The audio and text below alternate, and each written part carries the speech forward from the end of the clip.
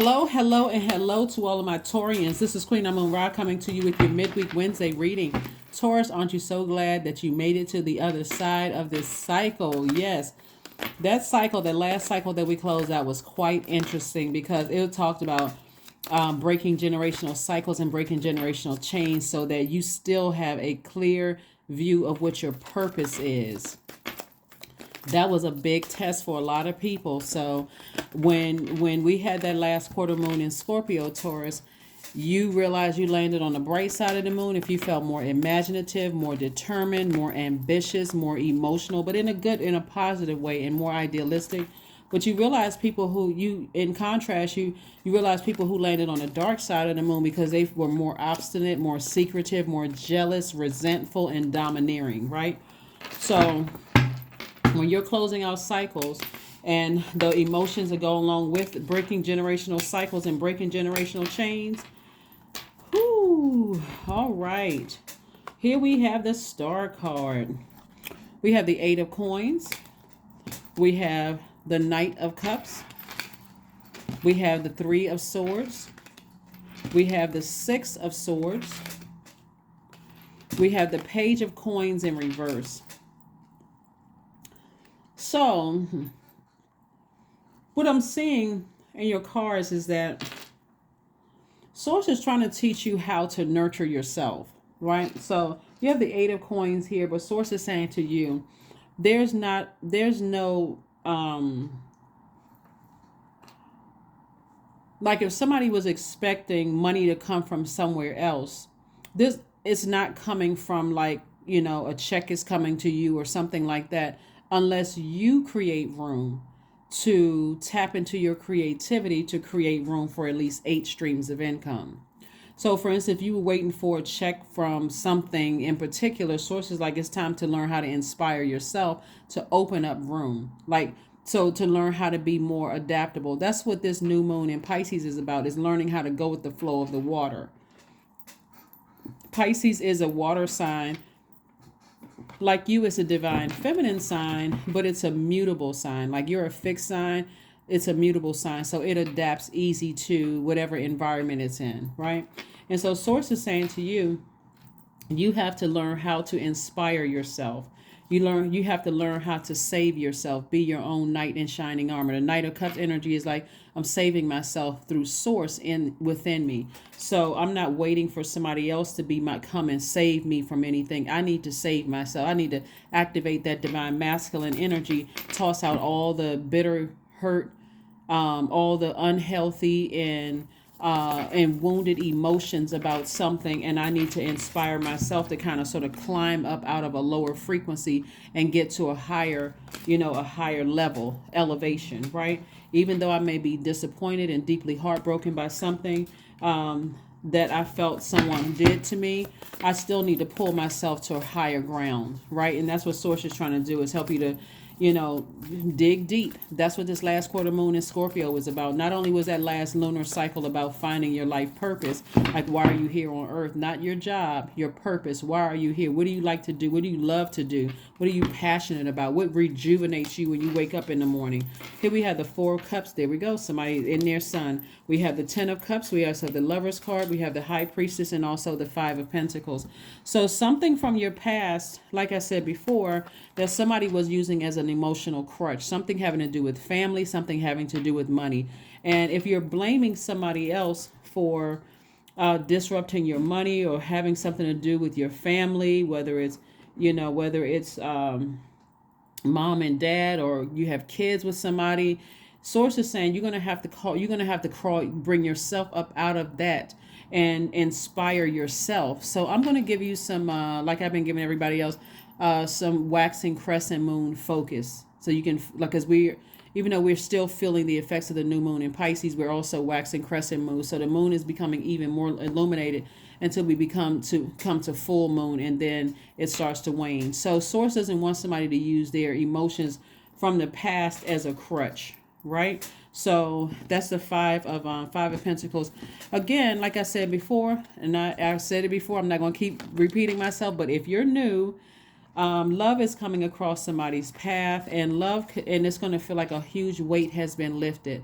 But please don't put all your eggs in one basket, Taurus. Don't put all your eggs in one basket as if this energy is coming to save you from some other hurtful romantic experiences in the past. Please, okay? But it's going to feel like a huge weight has been lifted. Like, okay, I have a healthy distraction. And the dangers of putting all your eggs in one basket and looking at another human being as being your savior is that, guess what? We're all flawed. All human beings are flawed. And so I do see marriage for somebody if that's what you want. Not everybody wants marriage. The main thing is this Lover's card is attached to Gemini. The Star card is attached to Aquarius.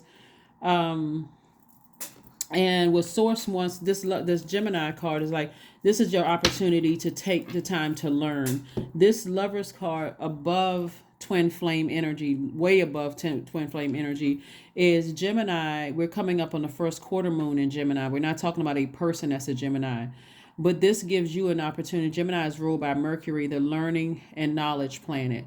It's also the messenger planet. So messages is like, learn more about energies that you felt like really hurt you in the past. Like, do some digging, do some deep diving about zodiac signs. Pull your own birth chart. Find out why people are the way that they are. Source wants everybody to come out of just the surface. I don't get along with this sign. I don't get along with that sign. This sign hurt me. Like, do the digging, right? So here we have the High Priestess. And so Source is trying to help somebody to really, really learn more about tapping into your feelings, tapping into your intuitions, all the clairs, clairvoyance, cognizance, sentience, audience. Like, pay attention to all the signs that are coming across your path. And here we have the Sun card. So it looks like somebody is operating in, part of somebody's purpose is to help inspire people, right? Help inspire people. Your life journey, the influences you had in your parents' home or wherever you grew up, all the way up until now, you have enough information, enough solid information to take it wherever your job is. Whatever your job is, you can take your gift wherever you work, wherever you go, whatever, and create this right here for yourself, complete and total harmony. So I do see somebody possibly getting married to this new and exuberant love. You guys creating a family together, all these wonderful things. So congratulations to you. What a journey. Looks like somebody has been on. And so again, if it's an ex or somebody that hurt you, or you feel like somehow messed up your money or family situation, Source wants you to forgive, move on, make room for new energy to come across your path. Here we have the three of Swords came out again, came out twice. We have the Nine of Swords, the Hangman, the Queen of Pentacles, the Page of Swords, and also the Three of Pentacles. Did I see the Three of Pentacles early? Okay, so Three of Pentacles, and then so somebody is going to come across your path that's really not going to waste your time. If you feel like you wasted your time in certain relationships, remember, time is not ours to waste, it's God's. And so I'm not only seeing like the perfect alignment when it comes to your money, like this energy for you is going to feel like it's solid. It's going to like it's rooted and grounded. It's going to be exactly what you prayed for. But again, I can't reiterate and I cannot stress this enough, Taurus. Don't put all your eggs in one basket, right? Because your everything else is built around your purpose. And so things are falling into place for you, especially after coming out of this right here.